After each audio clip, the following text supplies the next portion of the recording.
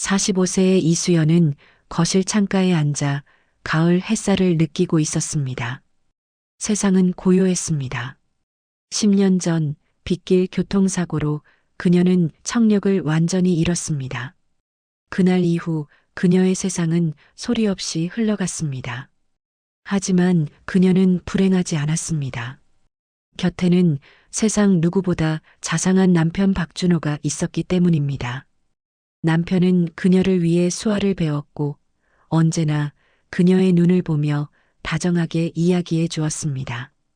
준호가 퇴근하고 돌아오자 집안에 활기가 돌았습니다. 그는 현관에 들어서자마자 수연을 발견하고 환하게 웃으며 다가왔습니다. 오늘 하루 잘 보냈어? 준호가 부드러운 손짓으로 물었습니다. 그의 손짓 하나하나에는 아내를 향한 깊은 애정이 담겨 있었습니다. 수연도 미소로 답하며 손짓으로 대화했습니다. 그럼요. 당신은요? 오늘따라 피곤해 보여요. 괜찮아. 당신 얼굴 보니 피곤이 다 사라지네. 두 사람은 저녁 식탁에 마주 앉았습니다. 수연이 정성껏 차린 저녁이었습니다. 준호는 음식을 맛보며 연신 최고라는 손짓을 보냈습니다. 수연은 남편의 그 모습만 봐도 행복했습니다.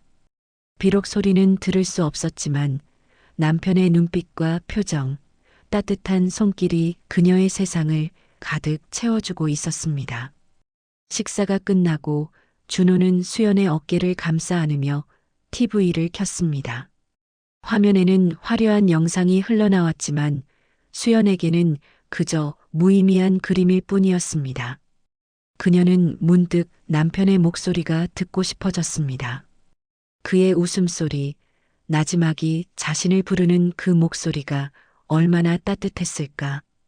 그녀는 남편의 품에 기댄 채 자신도 모르게 깊은 생각에 잠겼습니다. 10년이라는 시간은 많은 것을 앗아갔지만 동시에 남편이라는 소중한 보물을 남겨주었습니다. 그녀는 이 평화로운 침묵이 영원하길 바랐습니다. 며칠 후 수연은 오랜 친구이자 의사인 최민영을 만났습니다. 민영은 수연의 손을 꼭 잡으며 조심스럽게 말문을 열었습니다. 수연아, 너한테 꼭 해주고 싶은 얘기가 있어. 민영의 표정은 그 어느 때보다 진지했습니다. 최근에 개발된 인공 와우 수술이 있어. 성공률이 아주 높대. 너도 다시 소리를 들을 수 있을지도 몰라. 수연의 심장이 쿵 하고 내려앉았습니다.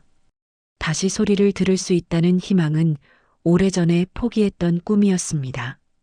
그녀의 눈이 흔들렸습니다. 정말 가능할까?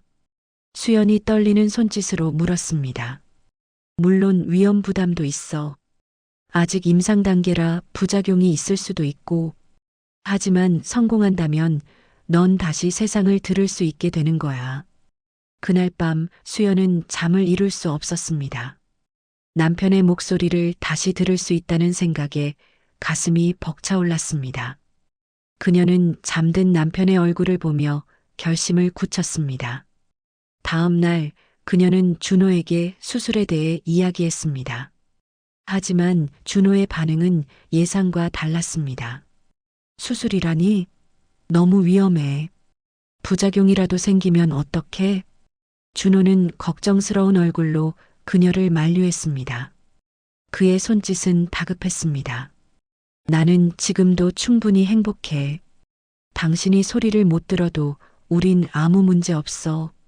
괜히 위험한 수술은 하지 말자. 수연은 남편의 걱정이 고마웠지만 한편으로는 서운한 마음도 들었습니다.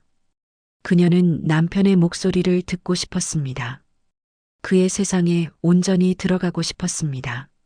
하지만 당신 목소리가 듣고 싶어요. 수연의 간절한 손짓에 준호는 한숨을 쉬었습니다. 그는 아내를 끌어안으며 말했습니다. 알겠어. 당신이 그렇게 원한다면 하지만 정말 조심해야 해. 당신에게 무슨 일이라도 생기면 난 못 살아. 수연은 남편의 품에 안겨 고개를 끄덕였습니다. 비록 남편은 걱정했지만 그녀의 결심은 확고했습니다. 그녀는 다시 소리를 듣고 남편과 더 깊이 교감하고 싶었습니다. 수술 날짜가 잡히고 수연은 기대와 두려움 속에서 그날을 기다렸습니다. 그녀의 인생을 바꿀지도 모르는 그날이 조금씩 다가오고 있었습니다. 수술실로 들어가는 순간까지 이수연의 세상은 고요했습니다. 그녀는 눈을 감고 남편 준호의 얼굴을 떠올렸습니다. 곧 당신 목소리를 들을 수 있겠죠. 마치 기운이 퍼지면서 그녀는 깊은 잠에 빠졌습니다. 얼마나 시간이 흘렀을까? 수연은 희미한 소음 속에서 눈을 떴습니다. 귀를 감싼 붕대 너머로 무언가 웅웅거리는 소리가 들려왔습니다. 아직은 명확하지 않은 소리였지만 10년 만에 처음으로 느껴보는 청각의 자극이었습니다. 그녀의 가슴이 벅차게 뛰었습니다. 며칠 후 마침내 붕대를 푸는 날이 왔습니다. 의사인 친구 민영이 조심스럽게 붕대를 풀자 세상의 소리들이 파도처럼 밀려들어왔습니다. 시계 초침 소리, 복도를 걷는 발소리, 멀리서 들려오는 사람들의 대화 소리. 모든 것이 낯설고 신기했습니다. 수연아, 내 목소리 들려? 민영이 작은 목소리로 속삭였습니다. 수연은 눈을 크게 떴습니다. 친구의 목소리는 그녀의 기억보다 훨씬 더 따뜻하고 부드러웠습니다. 수연은 감격에 겨워 눈물을 흘리며 고개를 끄덕였습니다. 이제 됐어. 정말 다행이야. 민영은 수연을 끌어안고 함께 기뻐했습니다. 수연은 병원을 나서기 전 민영에게 한 가지 부탁을 했습니다. 남편에게는 아직 말하지 말아달라고. 그녀는 10년 만에 처음으로 듣는 소리가 사랑하는 남편의 목소리이길 바랐습니다. 집으로 돌아온 수연은 설레는 마음으로 남편을 기다렸습니다. 집안의 모든 소리가 그녀에게는 아름다운 음악처럼 들렸습니다. 냉장고 소리, 창밖의 바람 소리까지도. 저녁 7시 현관문 비밀번호 누르는 소리가 들렸습니다. 또렷하고 선명한 그 소리에 수연의 심장이 발끝까지 내려앉는 듯 했습니다.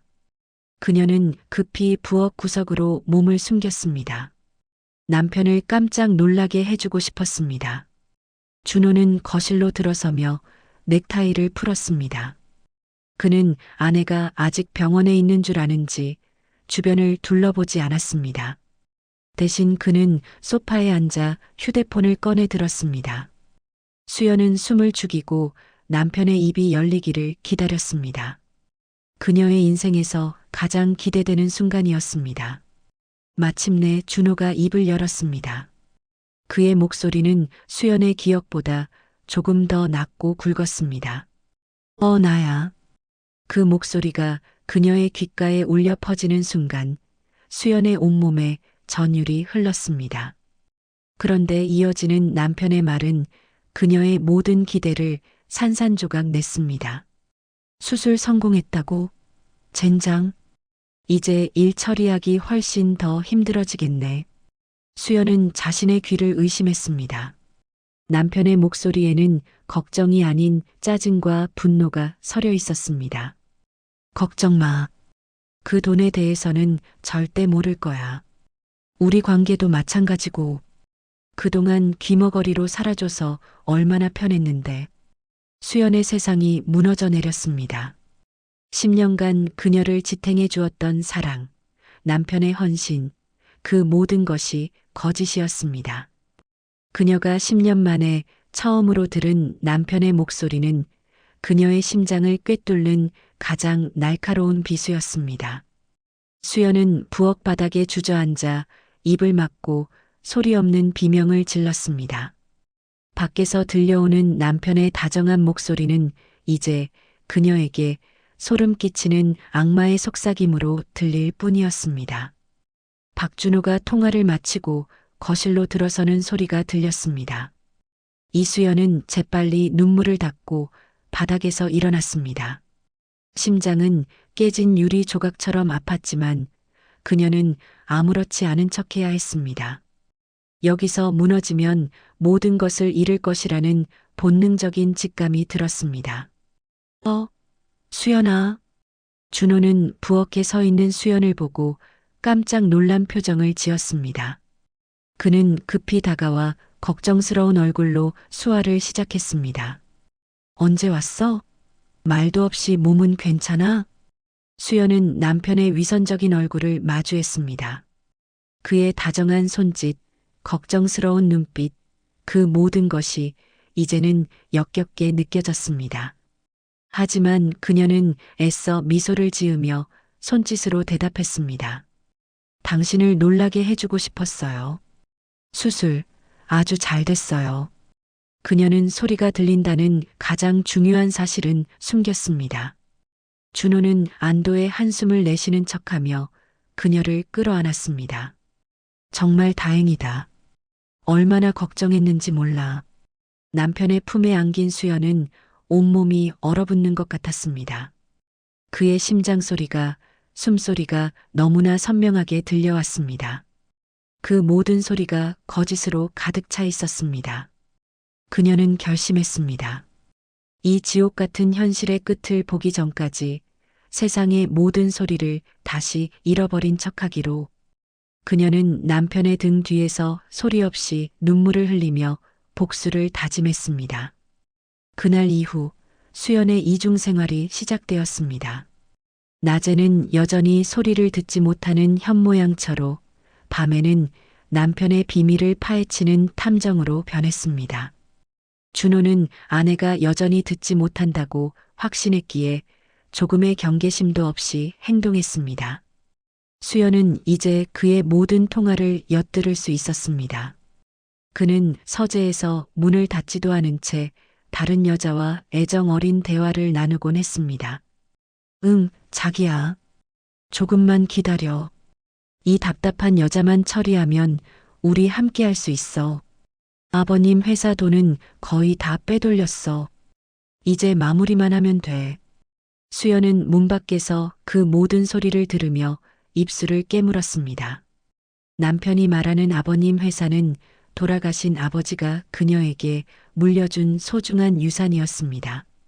남편은 10년간 그녀의 귀가 되어 주었던 것이 아니라 그녀의 눈과 귀를 막고 모든 것을 훔쳐가고 있었던 것입니다. 준호가 출근하고 나면 수연은 그의 서재를 뒤지기 시작했습니다. 그녀는 남편이 항상 잠가두던 책상 서랍을 떠올렸습니다. 예비 열쇠를 찾아 서랍을 열자 그 안에는 그녀가 본 적 없는 통장들과 서류들이 가득했습니다. 회사 자금이 정체불명의 계좌로 꾸준히 빠져나간 기록, 그리고 다른 여자의 이름으로 된 오피스텔 계약서까지. 모든 증거가 그 안에 있었습니다. 수연은 떨리는 손으로 모든 서류를 사진으로 찍었습니다. 이제 반격의 시간이 다가오고 있었습니다. 증거를 손에 쥔 수연은 친구 민영을 찾아갔습니다. 카페의 소음 속에서 수연은 10년 만에 처음으로 자신의 목소리를 내어 모든 진실을 털어놓았습니다. 민영아, 나 다 듣고 있었어. 민영은 경악을 금치 못했습니다. 친구가 되찾은 청력이 기쁨이 아닌 지옥의 문을 여는 열쇠가 되었다는 사실에 분노가 치밀었습니다. 그 인간이 어떻게 너한테 그럴 수가 있어? 민영은 수연의 손을 잡고 함께 울어주었습니다. 수연아, 정신 차려야 해. 이대로 당할 순 없어. 내가 도와줄게. 변호사부터 만나자. 내가 찍어온 사진들이 결정적인 증거가 될 거야. 친구의 굳건한 지지에 수연은 다시 한번 마음을 다잡았습니다. 며칠간 두 사람은 변호사를 만나 법적인 절차를 준비하고 준호의 악행을 입증할 모든 자료를 완벽하게 정리했습니다.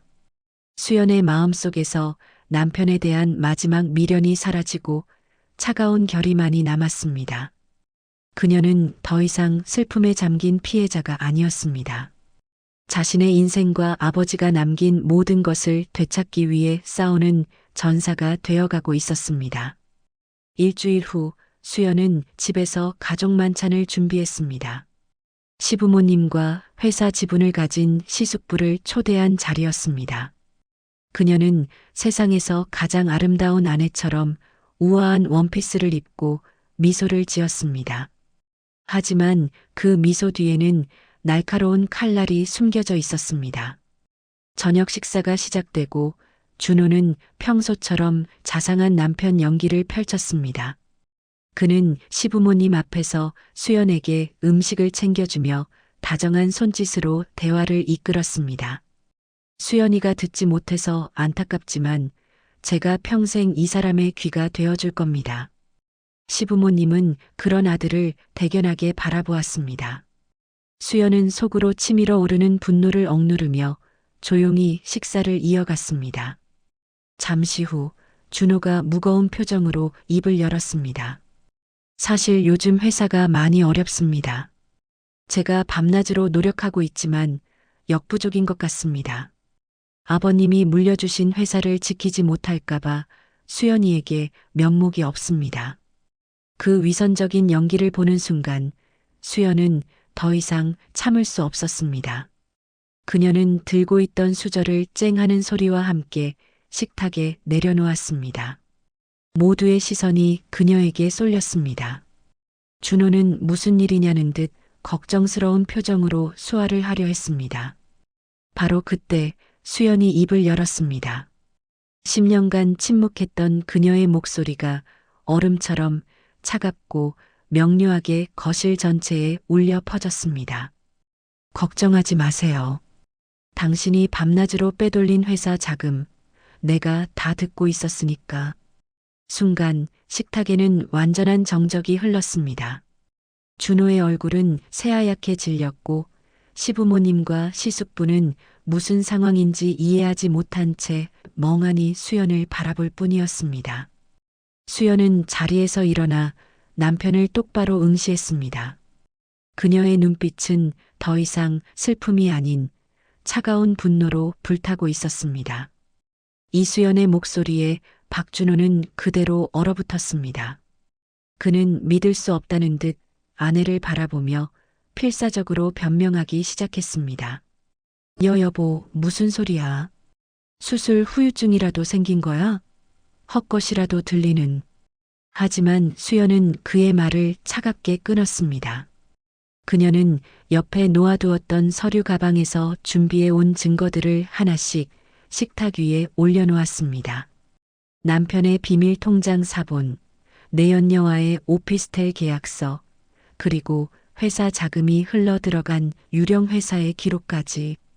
이것도 헛것으로 보여요? 수연이 서류들을 가리키며 말했습니다. 그녀의 목소리에는 더 이상 슬픔이나 분노가 아닌 차가운 경멸만이 담겨 있었습니다. 시부모님과 시숙부는 서류들을 보고 경악했습니다. 믿었던 아들이, 조카가 이런 끔찍한 배신을 저질렀다는 사실에 얼굴이 잿빛으로 변했습니다. 준호야, 이게 다 사실이냐? 시아버지의 불호령이 떨어졌습니다. 모든 것이 탄로나자 준호는 그 자리에 무너져 내렸습니다. 그는 바닥에 무릎을 꿇고 수연의 다리를 붙잡고 애원하기 시작했습니다. 수연아, 내가 잘못했어. 제발 한 번만 용서해줘. 내가 다 갚을게. 제발. 수연은 눈물로 애원하는 남편을 차갑게 내려다보았습니다. 10년간의 사랑과 헌신이 한순간에 제가 되어 흩어지는 순간이었습니다. 용서? 당신은 내 인생을 훔쳤어요. 내 세상의 소리를 되찾은 첫날, 당신이 내게 들려준 건 지옥의 소리였고요. 그녀는 남편의 손을 뿌리치고 돌아섰습니다. 모든 것이 끝났습니다. 몇 달의 시간이 흘렀습니다. 박준호는 횡령과 사기 혐의로 구속되었고 수연은 이혼 서류에 도장을 찍었습니다. 그녀의 세상은 완전히 바뀌었습니다. 아버지가 남긴 회사의 회장실, 수연은 이제 그곳의 주인이 되어 있었습니다. 그녀는 유능하고 카리스마 있는 경영자로 회사를 이끌었고 남편이 망가뜨린 모든 것을 제자리로 돌려놓았습니다. 창밖으로 보이는 도시의 소음은 더 이상 그녀를 괴롭히지 않았습니다. 오히려 살아있다는 증거처럼 활기차게 느껴졌습니다. 어느 날 오후 친구 민영이 그녀의 사무실로 찾아왔습니다. 이제 정말 멋진 CEO다 됐네, 이수연. 민영이 활짝 웃으며 말했습니다. 수연도 따뜻한 미소로 답했습니다. 다 너 덕분이야. 고마워, 민영아. 두 사람은 창가에 서서 커피를 마시며 도시의 풍경을 바라보았습니다. 수연은 10년간 잃어버렸던 세상의 모든 소리를 들었습니다. 자동차 경적 소리, 사람들의 웃음소리, 멀리서 들려오는 음악 소리까지. 그녀는 이제 더 이상 소리 없는 세상에 갇혀 있지 않았습니다. 고통과 배신 속에서 되찾은 그녀의 세상은 그 어느 때보다 찬란하게 빛나고 있었습니다. 수연은 조용히 눈을 감고 새롭게 시작될 자신의 삶을 향해 미소 지었습니다. 그것은 진정한 해방이자 새로운 시작을 알리는 희망의 소리였습니다.